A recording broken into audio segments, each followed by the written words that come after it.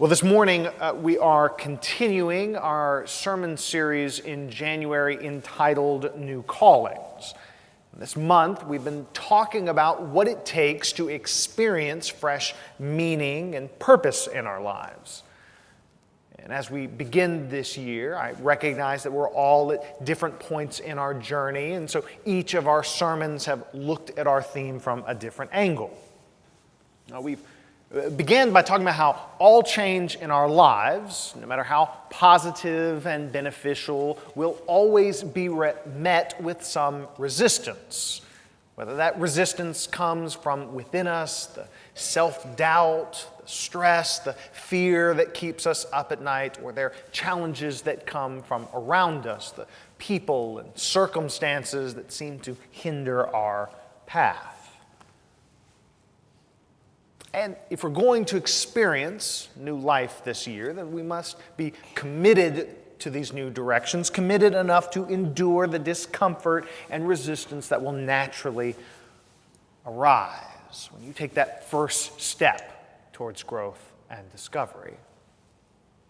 And then last week, we talked about the importance of keeping a positive perspective on the journey ahead so that we can remain open to new opportunities and possibilities, because it's only by keeping our hearts open that we could receive that new calling from God. And we can do that by practicing gratitude daily, by being intentional about the ways we explore our purpose and calling. If you haven't been able to join with us on this, I'd encourage you. You can go on our YouTube or website and find those past sermons to catch up on the conversation. But for today, we're looking at Psalm 62. Its conversation is about faith and trust and meaning. All these things are essential on a journey to become the people God has called us to be. Now, you may not know this, but the Psalms form the hymnal and prayer book of the Bible. We've been using a blue hymnal today, but for the first Jews and Christians, they just opened up right here. For centuries, Psalms have been the language of prayer, of worship. They've been able to give voice and utterance to the experiences of both joy and sorrow, of hope and disappointment. Our psalm for today is attributed to King David. It's part of a series of psalms that have been put together that sing about the confidence and trust we have in God. Before we get to that beautiful part in the psalm where David talks about the grandness of God's power and steadfast love, David takes a little bit of time to acknowledge that he's not in the best place in life. And in fact, he feels like he's in deep trouble. Now, we don't get a detailed account of what the trouble actually is. As I was reading this week, different scholars will debate this. Some will say that maybe he's sick, or maybe he's persecuted by enemies, he's on the run, maybe he's just asking for help in a difficult situation. Little time is spent on this, and I think it's a bit intentional. It's David relating to us in the daily heartaches and pains we feel in ordinary living. He writes at a point not only when he's surrounded by trouble, but when he feels like he doesn't have much support. If you look early in this psalm, he talks about feeling like everybody around him is not hoping that he gets better, not hoping that he overcomes this challenge. He feels like the people rooting against him outnumber the people who support him. David, struggling like so many of us do in our lives to keep the faith when relationships deteriorate. when bills pile up, when our work doesn't feel rewarding. So our psalm is driven by this underlying question: in whom or in what do we put our trust? Where do we look for security and confidence when times get tough? What comforts you when things aren't going well? If life gets particularly difficult, what do you begin to count? That's probably the easiest way, right? When you're stressed, what do you begin to count? For instance, are you someone like me who will immediately go check the bank account and start calculating at the end of the month, does what is in the bank match up more than what I'm going to have to pay out in all my bills, right? That's a rancher's anxiety that I absorbed in Texas, right? I'm constantly counting. Maybe that's you. Maybe you're counting the number of phone calls from that best friend or from a mother or friend. And when that number starts dropping down, somehow there's an emptiness, a sinking feeling that creeps in. Do we find our trust how much success we have at work or the places that we volunteer? David warns us of our natural tendency to rely on our own resources. He knows that it's much easier to count on things that are concrete, on tangible, that you can check online. You can look at the number of bills on your desk or the number of positive approvals from the different projects you've had. You can check your call log on your cell phone. It's easy to count these things. But ultimately, he says, human achievement is but a breath. David, more than anyone in the Bible, knows it doesn't matter how successful you are, how much money you make, even rising to the status of king, joy and satisfaction can't be bought. No matter how concrete or compelling they have, ultimately, David says, in our lives, trusting in God is the surest foundation for joy and satisfaction. He talks about the power and love of God, a God who remains faithful to us in all circumstances and works to bring us healing and hope. And he's not sharing this like some armchair theologian, like somebody who's never gone through a difficult part of his life and saying, oh yeah, just trust in God because it's easy. David has experienced triumph and tragedy. He's been surrounded by friends, he's been overwhelmed by enemies, and it's through these experiences that he writes. That success and failure have both taught him that God will always be faithful, that God is filled with goodness, that the surest foundation, the refuge, the rock to stand upon for him is God.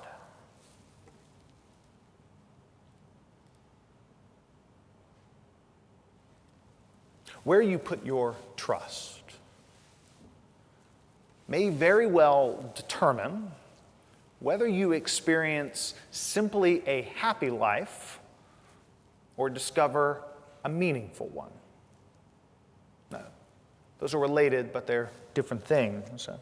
A recent study published by the Journal of Positive Psychology suggests that people's happiness levels are positively correlated to our sense of meaning. However, measuring our sense of meaning and our happiness are not actually the same thing.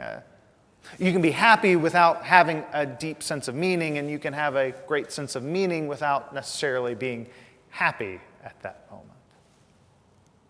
According to the study, feeling happy is strongly related with seeing life as easy, pleasant, and free from difficult or troubling events.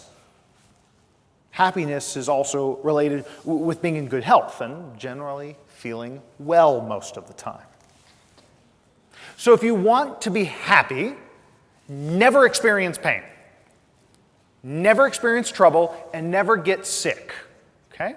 So get one of those, you ever see the movie Bubble Boy? Like get one of a bubble, don't go outside, don't interact with, probably never form any relationships, never call home and talk to your parents or anything, right?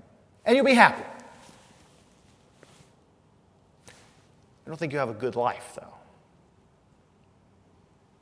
In his landmark book, Man's Search for Meaning, philosopher and Holocaust survivor Viktor Frankl writes, "Life is never made unbearable by circumstances. Life is never made unbearable by circumstances, but only by a lack of meaning and purpose."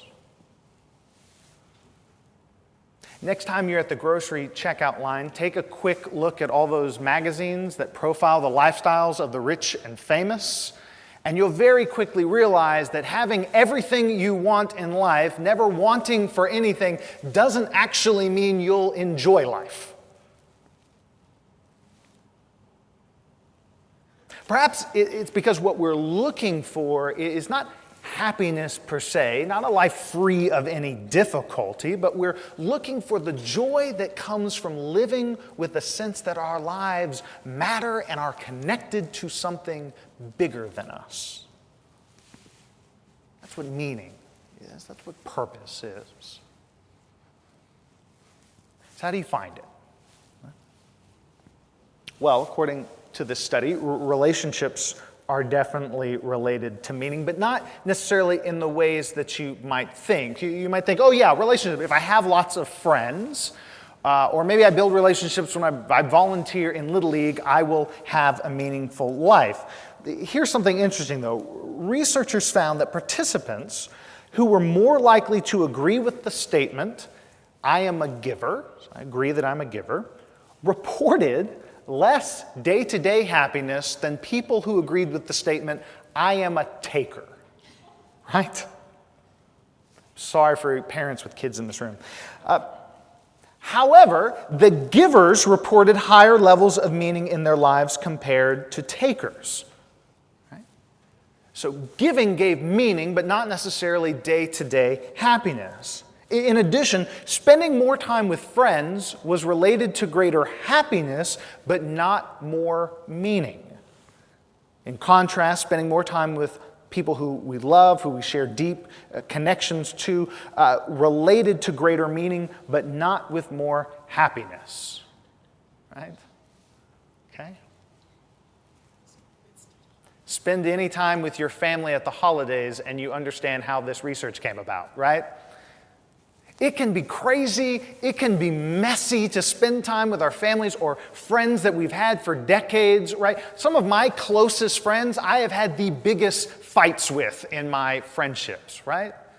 But they are my closest friends because they have endured over that time.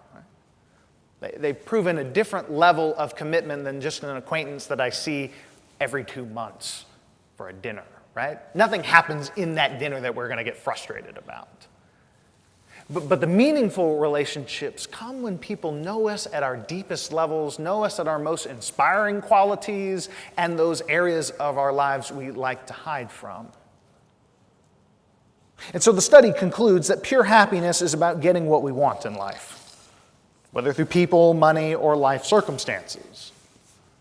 But meaningfulness, in contrast, seems to have more to do with giving, with effort and sacrifice. It is clear that a highly meaningful life may not always include a great deal of day-to-day happiness, but produces greater joy over the long term of our lives. And so as you're thinking about this year, as you're pursuing new directions, new callings, Are you in pursuit of simple happiness? Or are you pursuing deeper meaning? While they may be related, they're not always the same thing. And so David challenges us here today to make a decision about our goals and our values and how we orient our lives. His call to decision, it reminds us of that call to decision that Jesus extended to the disciples in our reading from the Gospel of Mark. For Jesus, there is a new reality that exists in the world. God is up to something. There is a beloved community of justice, love, and mercy that is breaking in, and we can choose to be a part of it. We can mold our lives and our decisions to reflect those values. This is what Jesus calls becoming a disciple. Following in the way of Jesus, practicing love and mercy and forgiveness. And so, like David, Jesus calls people to put their trust in God. That if they follow in the way of God, although it may be hard, although it may require some sacrifice, some effort, ultimately on the other side of it, it leads to a meaningful life. What he says in John is it leads to life and life to the full. Now, not surprisingly, Jesus and his followers faced opposition at every turn. Jesus' enemies sought to topple him and the disciples, just like David experienced. Jesus is the perfect test case that if you are trying to pursue simple happiness, this is not the place for you. But if you're pursuing meaning, deep purpose in life, you've come to the right place. Jesus models for us what it looks like to trust God in all times, even when it gets difficult, to live a life of prayer that leads to new life. Because as we pray, as we build a connection with God, we put our trust that God can restore our hopes, that God can secure our future, that God has the strength to journey with us through the ups and downs of our lives, that we put our trust in the character of God. And that's really what David is about when he talks about all power belongs to God and steadfast love. This is David's statement of who God is and what God is up to in the world. Power belonging to God. That's David's way of talking about God's ability to change the situations of our lives. Take a future that seems bleak and meaningless and fashion out of it, transforming out of it something new. That new possibilities are always open to us. New directions can always be taken no matter where we are in our lives because God is able to do so. And in the same way, God's steadfast love means that God is reliable, is trustworthy to do these things. God can be counted on to work for our good. Great church mothers taught me to say that God can and God will. God can and God will work for our good. And so when we find it difficult to trust in God, perhaps we should take a note from David and think about the moments in our lives when we have seen God at work, present and active, because it's David's memory of what God has done that fuels his confidence in what God can do in the future. But this psalm is also not meant just for our own personal devotional lives. This is a psalm that was sung by the community, by the entire congregation. As one scholar writes, the individual receives and enters into this confessional life as a member of the people of God and practices it in worship and faithfulness as one of the congregation. It seems that the more that we grow in our own connection with God, the greater trust we learn to place in God, the community then grows in trust and in confidence. Our lives of faith are bound together. It's related to that beautiful prayer Ward offered earlier in our service. Because at Vienna Baptist Church, we believe we have been called together as a united community of faith, called for a purpose to change lives and transform our community. We're called to support one another in ministry and serve alongside one another in mission. And it comes from our fundamental belief that each one of us have been called by God. That you were created out of God's great love. That you've been filled with talents and experiences, skills that can be used for the good of others. That in our lives, the first question is, what has God created me to do?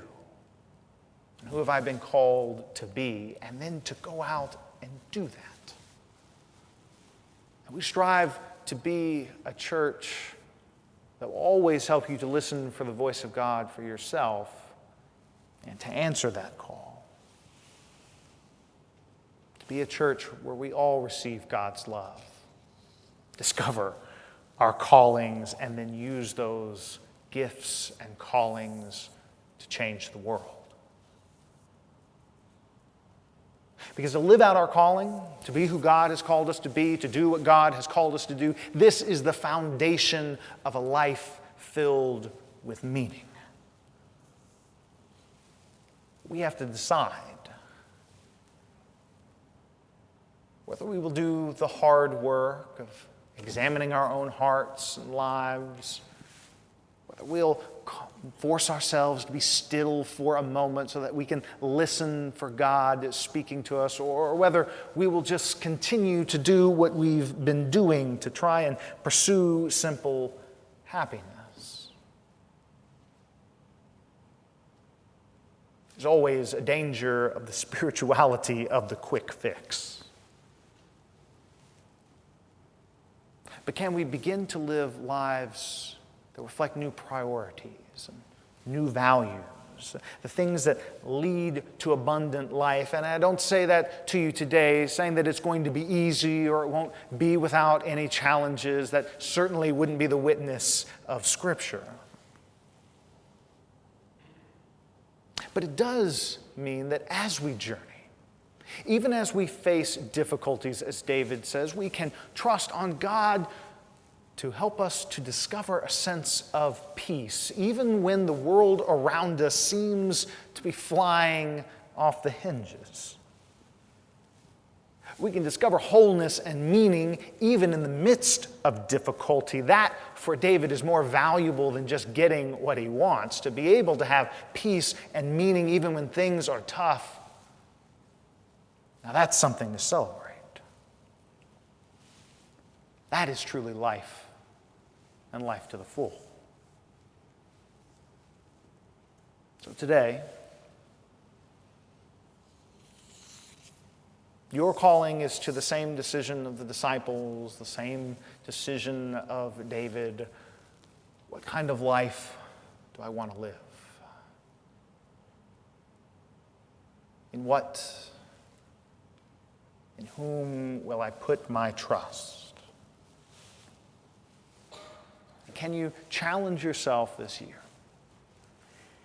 to pursue deeper meaning by investing in those relationships with people who know you most intimately, people who you allow yourself to be vulnerable to. Will you build those relationships? Or will you seek to help others? Because that's the great paradox of the gospel, isn't it? The more that we give our lives away to others, the more that we discover new life. The more that we seek to give hope to another person, the more we discover hope for ourselves. This is the economy of God. So may you put your trust in God's power and love. May you seek to make your life reflect justice, love, and mercy. And may you discover life, and life to the full. Amen.